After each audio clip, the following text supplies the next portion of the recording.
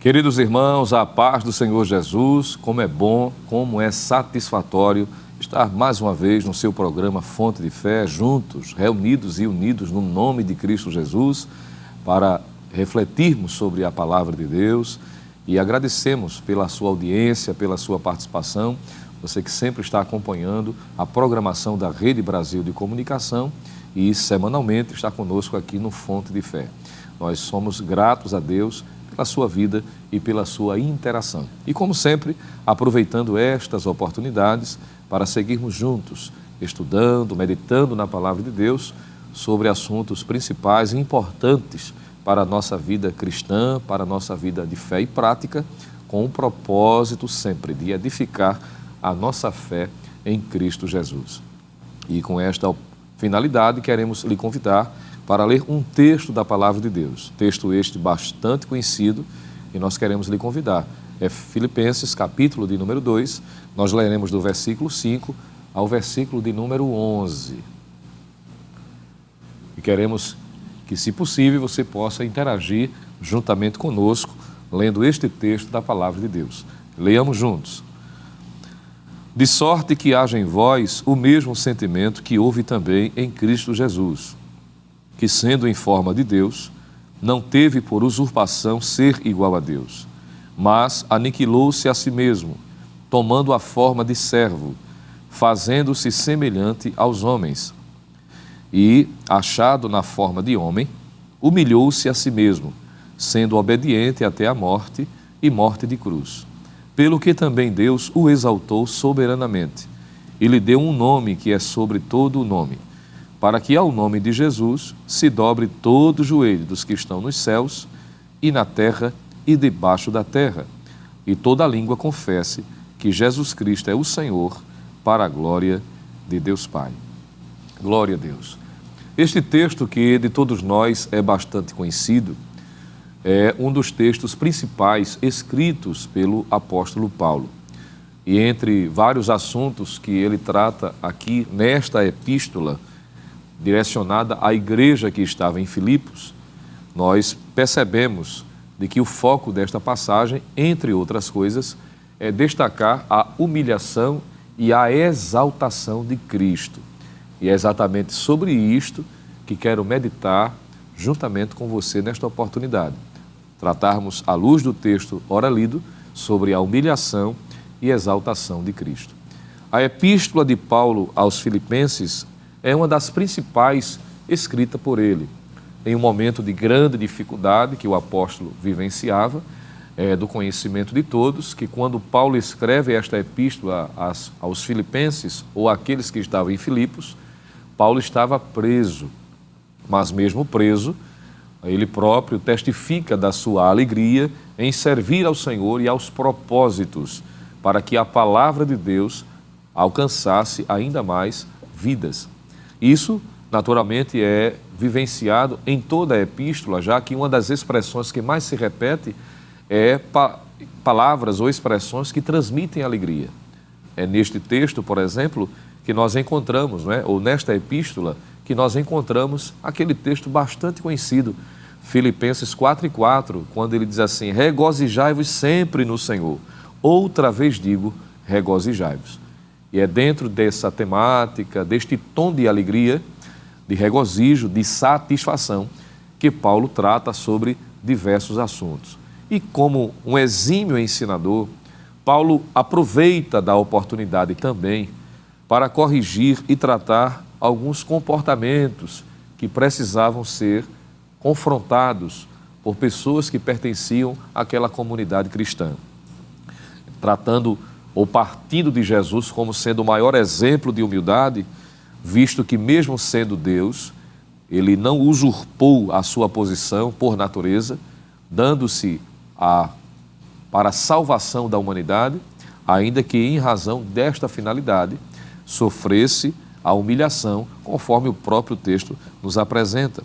A Bíblia diz, a palavra de Deus em Provérbios 15:33, que diante da honra vai a humildade. E para que a honra seja evidenciada, existe a necessidade também de a humildade a si. E Cristo aqui é tratado como exemplo maior de humildade. E Paulo trata a respeito disso exatamente com o propósito de corrigir uma falha identificada naqueles dias. Paulo corrige problemas internos que a igreja de Filipe estava tendo, não apenas lhe oferecendo conceitos doutrinários, ensinamentos, teológicos, mas lhe mostrando a prática, a exemplificação do que é de fato o cristianismo e apresentando naturalmente o exemplo maior que é Cristo. Alguém disse acertadamente que o melhor remédio para curar os males de uma igreja é olhar para Jesus, é seguir os seus passos e imitar o seu exemplo. É por isso que ele inicia o capítulo 2, versículo de número 5, mostrando um sentimento sublime que deve ser direcionado ou que deve dirigir a vida de todo cristão. A igreja de Filipos estava sendo atacada por inimigos externos, mas também por intrigas internas, especificamente entre pessoas que estavam tendo incompatibilidades. E para corrigir, Paulo afirma claramente da necessidade de olharmos para aquele que é o maior exemplo quanto ao sentimento que nos une, mesmo tendo alguns momentos de discordância. Observe que Paulo afirma com todas as letras que Jesus é Deus. Quando ele diz, de sorte que haja em vós o mesmo sentimento que houve também em Cristo Jesus, e no versículo 6 diz que sendo em forma de Deus, ele está enaltecendo, por isso que alguns até chamam esta porção da Escritura como sendo um hino de louvor a Deus, porque trata de ênfases doutrinárias sobre a natureza de Cristo Jesus, que é o nosso Senhor e Salvador. Observe que, mesmo ele tendo a natureza divina, o que então seria capaz de levar o grandiosíssimo Deus a se autolimitar em razão de uma necessidade maior. Jesus sendo Deus, ele precisou, não no sentido pessoal, mas em razão da necessidade alheia, partindo de sua divindade, abrindo mão das suas prerrogativas divinas, não deixando de ser Deus, mas abrindo mão da manifestação plena da sua natureza, no sentido de limitar a sua onisciência, a sua onipresença, limitando-se à forma humana, o Deus que é eterno, nascer. Veja que negócio intrigante, não é? É algo que chama a nossa atenção. Mas Paulo diz que para trazer à tona a necessidade da salvação do homem, Jesus, ele abriu mão, abdicou temporariamente da sua glória, de prerrogativas, não é? Repito, não deixando de ser Deus, mas de prerrogativas, limitando-se em razão da encarnação, da sua manifestação humana, como nós encontramos na palavra de Deus.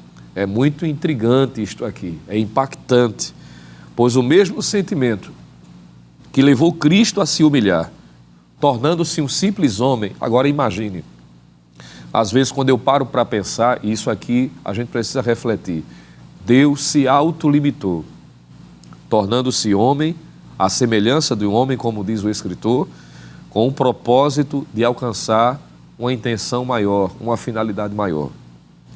É o que Paulo trata, dizendo que dessa mesma forma, os nossos corações têm que se manifestar através das nossas atitudes, o nosso comportamento deve evidenciar para o melhor possível, para o bem alheio, mesmo abrindo mão de algumas posições que nós temos. Isso pode ser encontrado em Mateus 11, 29, em João capítulo 13, versículo 16 e 17, onde Jesus também dá, durante o seu ministério terreno, demonstrações da sua humildade, um sentimento sublime de colocar o outro como prioridade. Foi isso que Jesus fez por nós.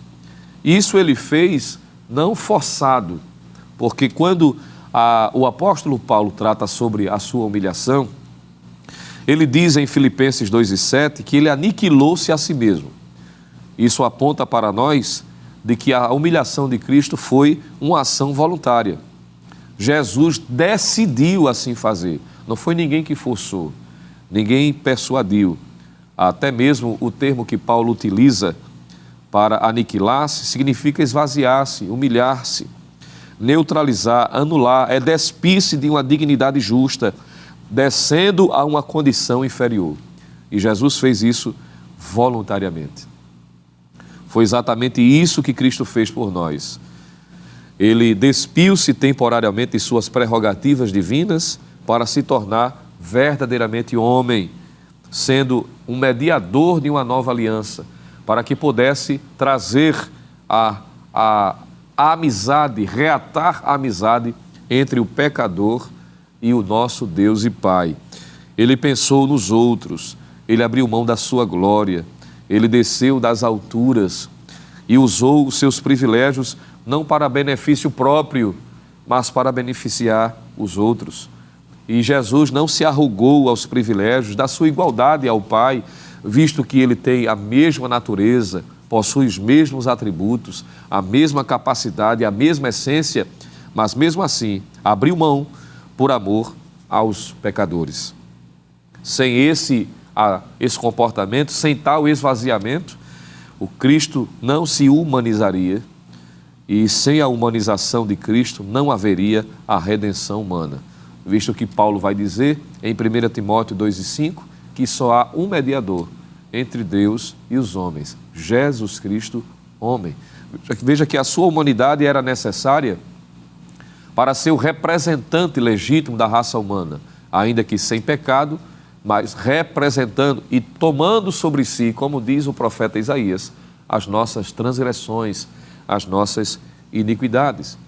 Veja que a humilhação de Cristo, à luz do texto estudado agora, lido, não é? Filipenses capítulo 2, versículo 5 a 11, além de ser uma atitude voluntária, é uma atitude também de renúncia, porque diz que ele humilhou-se a si mesmo.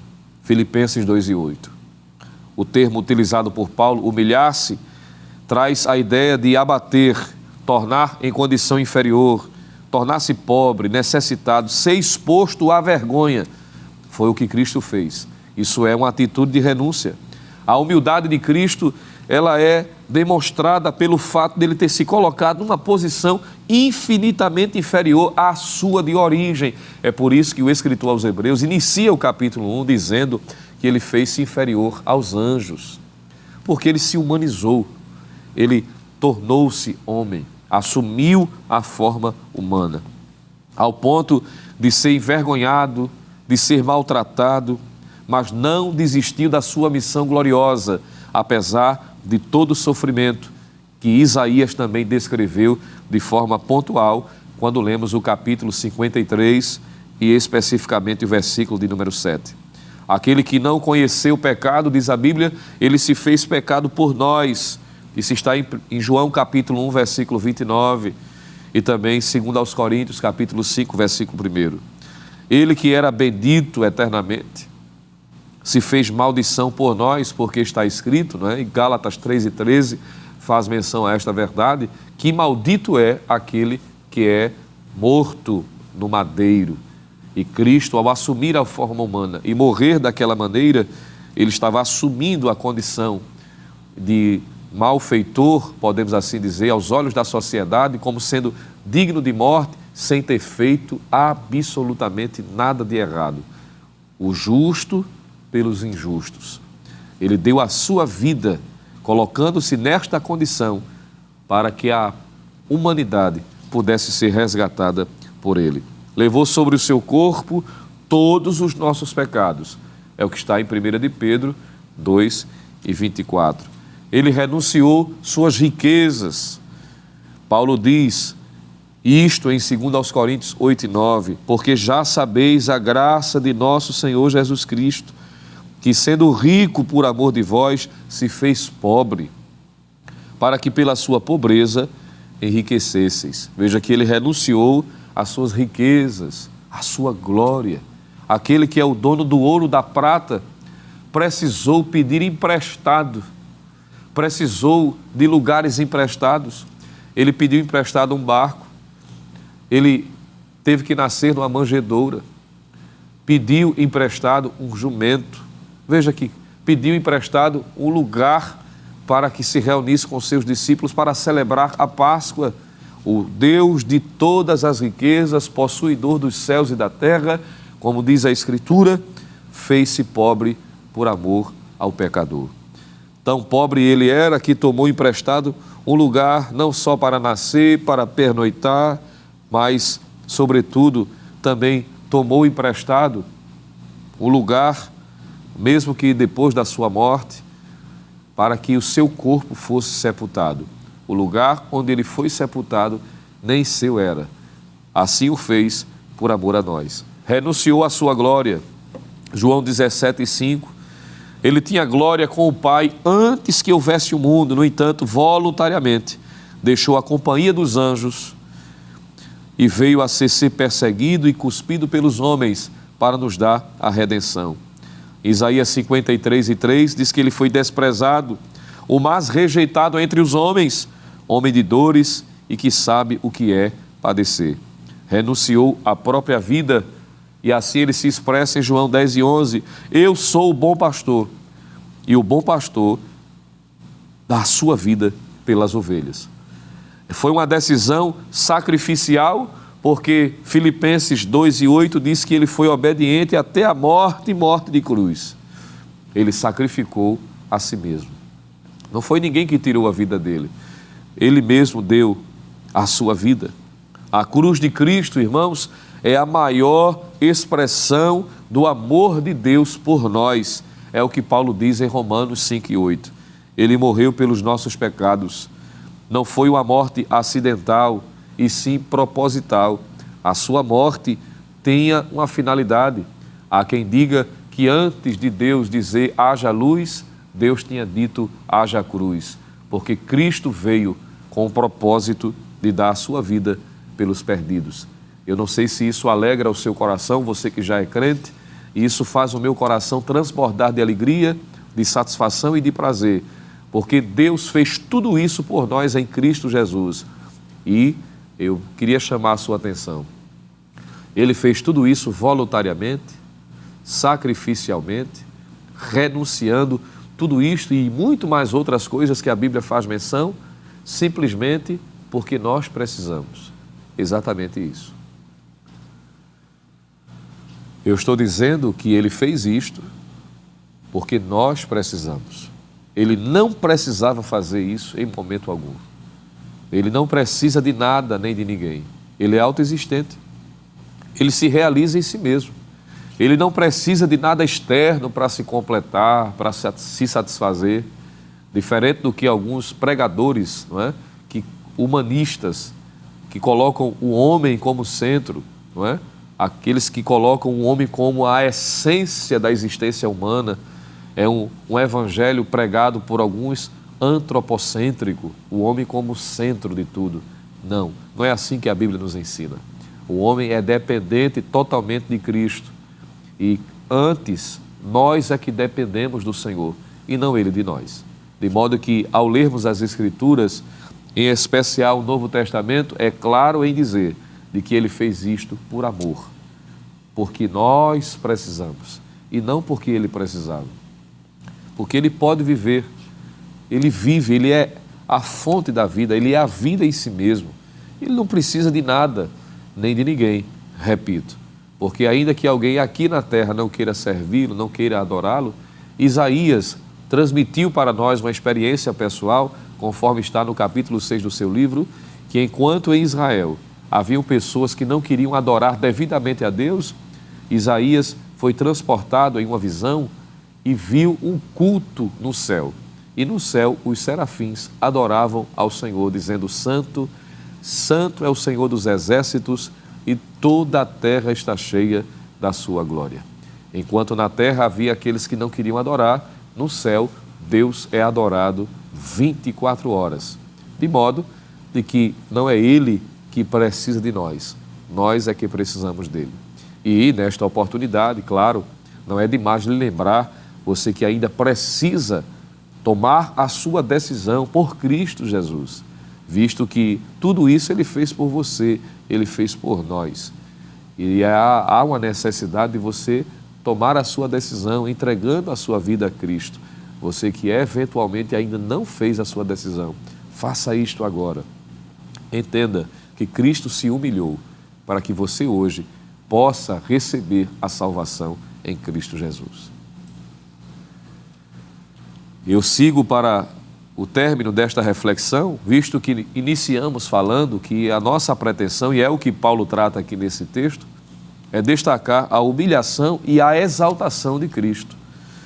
Há um princípio espiritual interessante exposto na palavra de Deus, e isso foi destacado em Provérbios 15, 33, eu já fiz menção e vou repetir. O temor do Senhor é a instrução da sabedoria, e precedendo a honra vai a humildade. Ou seja, quando a humildade é manifesta, a honra também é evidenciada.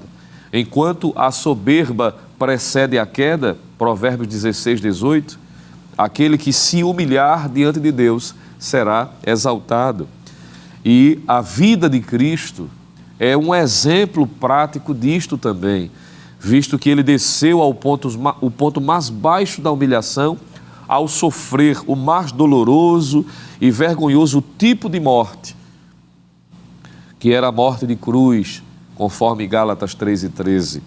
Porém, apesar dessa forma tão vergonhosa de ter morrido, ele foi elevado às maiores alturas por causa do êxito de sua missão aqui na terra. Porque diz Paulo em Filipenses 2:9, na parte A do versículo, que ele, o Senhor Jesus, foi exaltado soberanamente pelo Pai Celestial. A exaltação ocorre em decorrência ou da consequência da humilhação. Após humilhar-se a si mesmo, naturalmente, nada menos a se esperar, Jesus foi grandemente exaltado, repito, pelo Pai Celestial. O termo utilizado por Paulo, que trata de exaltar, traz a ideia de elevar às mais elevadas alturas. É exaltar sobremaneira. É exaltar supremamente. O caminho da exaltação passa pelo vale da humilhação. E Jesus personifica isto, dizendo para nós, através da sua atitude, que a estrada para a coroação passa pela cruz, que Deus exalta aqueles que se humilham. Veja, não é aqueles que são humilhados, que às vezes alguém lê de forma inadequada, não é? É quem humilha-se a si mesmo. É o que Cristo fez por nós. E há uma infinidade de textos que comprovam isso, e eu sei que você está lembrando na medida que nós aqui falamos, mas você pode adicionar principalmente Tiago 4:10 e 1 de Pedro 5:6. Foi por causa do sofrimento da morte que essa recompensa lhe foi dada. Isso está em Hebreus 1:3, isso está em Hebreus capítulo 2, versículo 9, isso está em Hebreus capítulo 12, versículo 2. E o fato de Cristo ter sido exaltado a despeito da humilhação vivida é o que nos faz ainda mais ser motivados a servi-lo e seguindo as suas pisaduras, como diz o apóstolo Pedro, ou como disse o apóstolo Pedro ao escrever a sua epístola também. Se o crente for humilde, também será exaltado pelo Senhor. Cristo recebeu a exaltação, tendo um nome sobre todo nome. Sobre este nome, diz o texto, ou diante dele, todo joelho se dobrará, tanto aqueles que estão nos céus, como também os que estão na terra e debaixo da terra. Que possamos guardar a bendita palavra de Deus em nosso coração e, como disse Paulo, iniciando esta reflexão, que haja em nós o mesmo sentimento que houve também em Cristo Jesus. Por isso, Jesus pôde dizer com muita propriedade: aprendei de mim, que sou manso e humilde de coração. Não é só ser humilde de aparência, é ser humilde de essência. Tem gente que aparenta ser humilde, mas não demonstra ser humilde com as suas atitudes. Que possamos seguir o sentimento que houve em Cristo Jesus. E fazendo isto, nós perdemos para ganhar e sempre colocamos a prioridade de outrem em detrimento da nossa. Isso se chama cristianismo. Que possamos pedir a graça de Deus e colocar estas verdades em prática. Oremos juntos neste instante. Pai Celestial, Deus de toda glória, queremos Te louvar pela Tua palavra, pela lembrança, Senhor, que ela traz para nós, de que Cristo fez o que ninguém podia fazer, pela atitude de humildade, humilhando-se, ó Deus, tornando-se em forma humana, para nos dar a condição, o resgate, a libertação e a transformação. Mostrando para nós, ó Pai, de que este amor é tão grande, que ainda hoje as consequências desta atitude permanecem, visto que Cristo, ao descer dos céus, não deixou de ser Deus, e ao tornar aos céus, também não deixou de ser homem, visto que recebeu um corpo glorificado, e assim está à tua direita, como diz a palavra. Que possamos seguir este exemplo glorioso e sermos humildes para a glória e honra do teu santo nome. É o que te pedimos e te agradecemos em nome de Jesus. Amém, amém e amém. Que alegria, que prazer poder contar com a sua participação, mas não saia daí, siga sendo abençoado com a programação da Rede Brasil e até o próximo Fonte de Fé, se Deus assim permitir. Que a graça do nosso Senhor e Salvador Jesus Cristo, o amor de Deus, o nosso eterno Pai, a comunhão e as divinas consolações do Santo Espírito seja sobre cada um de nós agora e para sempre. Amém.